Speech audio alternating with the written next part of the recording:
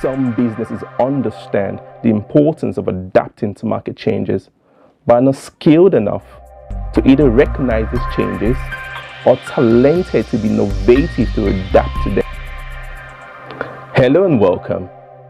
Today's video is an introduction into a series of videos.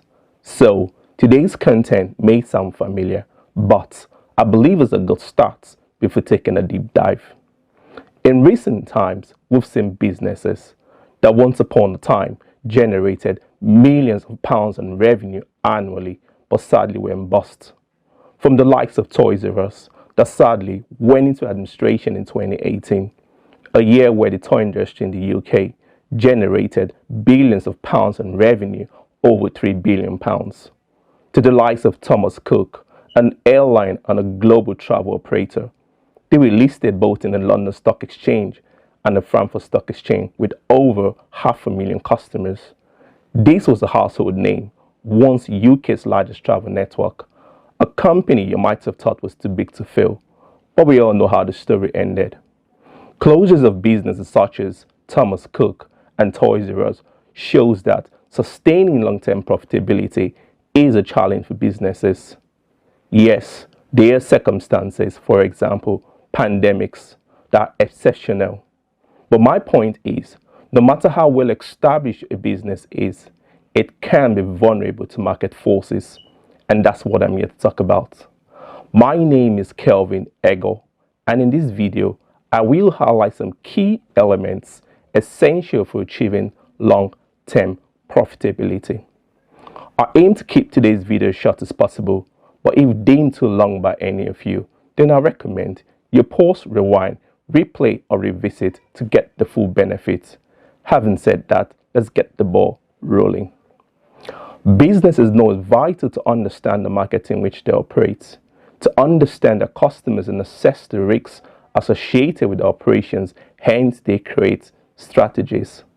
But creating strategies doesn't guarantee long-term profitability. It's a known fact, and I'll say it again.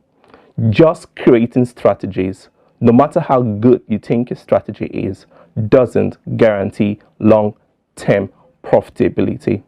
And this is because there are other aspects one needs to consider. Don't get me wrong, yes, businesses should create strategies that can cope with the dynamics of the market in which they operate. But in addition, there are two broad factors businesses need to pay attention to. I use the word broad because of the extensive components these factors could be broken down into. These factors may sound familiar, but some business struggle to pay attention to them. If these factors are adequately understood and effectively applied, it could give a business some competitive advantage. Now let's dive into these factors. In a market where competitive advantages can quickly get eroded, businesses need to 1. Constantly review the market in which it operates and be more responsive to market changes. I'll come back to this point. Secondly, businesses need to ensure the implementation of both the intended and the emerging strategies. Some businesses are aware of this, but addressing them poses a challenge. The question is how? How do they go about managing their ongoing operations and accomplish both points? That is, how do they scan? And this is important. How do they scan for opportunities and make changes to the strategies to ensure it adapts to market changes? And then how do they ensure the successful implementation of their strategies? You may ask, what's the relevance of this? Why do businesses need to know this? The truth is that businesses need to constantly address these questions, not once, not twice, but constantly in order to strive. We've made mention of 2 points. The first one, adapting to market changes, and the other, ensuring implementation. Note, without the latter, the first point is useless. Speaking about the first point, adapting to market changes, we've seen businesses, for example, Netflix, capitalizing on market changes, first by coming into the movie rental space, by renting and selling DVD in 1997, a tactical time to have come into the market, the year DVD was launched in the States. And then a year later, adopting the use of the internet to launch the first online DVD rental store. By 2005, roughly 6 years after launching the store, they were shipping 1 million DVD every day. This was a company that scanned for opportunities and was responsive to market changes. Today, Netflix is a global company with over 160 million paid subscribers. All of this hasn't happened because they're called Netflix. Neither has the likes of Apple, Amazon, or Google gotten to where they are today because of their names. Their achievement has been partly due to talents. Talents involved in driving the success of their businesses. Talents that are forward-thinking, capable of scanning for opportunities, and responding but effectively and timely to market changes. Now let's elaborate more on market changes. We know market dynamics can create both risks and opportunities, but some businesses are either too slow to respond or fail to recognize this. Hence, they face the situation they find themselves. To survive today's competitive market, businesses need to be able to respond but effectively and timely to market changes. Market changes, by the way, comes in different form. It could be technological changes, changes in consumer behavior, changes due to competitors and new entrants, and in some cases, changes due to the changes in the law of the land. Some businesses understand the importance of adapting to market changes, but are not skilled enough to either recognize these changes or talented to be innovative to adapt to them.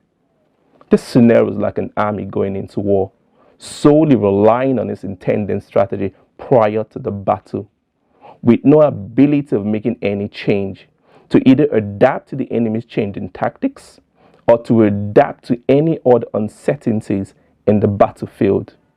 You can just imagine the army, in this case your business, being under the mercy of the market with you having no control over the situation.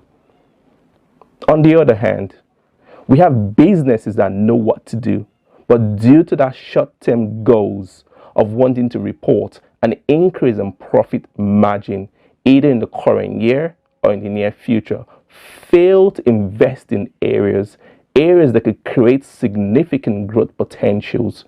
So they hold back on spending in order to report an increase in profit margin. In other words, they trade off investment required to respond to market changes to favor short-term financial gains. Gains, by the way, that doesn't guarantee value creation. This can be dangerous. And I'll say it again. It can be dangerous because a business with no long-term potential value creation exposes itself to failing. So as a business looking to stay afloat, it is important to pay attention to market changes while constantly creating values to your consumer.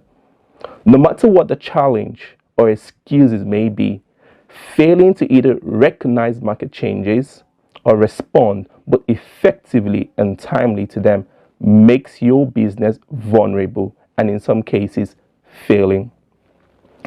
In a later video, which will be the part 2 of this video, we'll have a look at implementation. Every business knows to get things done, they have to be implemented.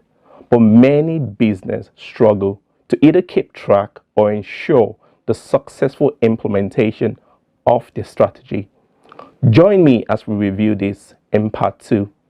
For now, thank you for watching and till we meet again. Bye.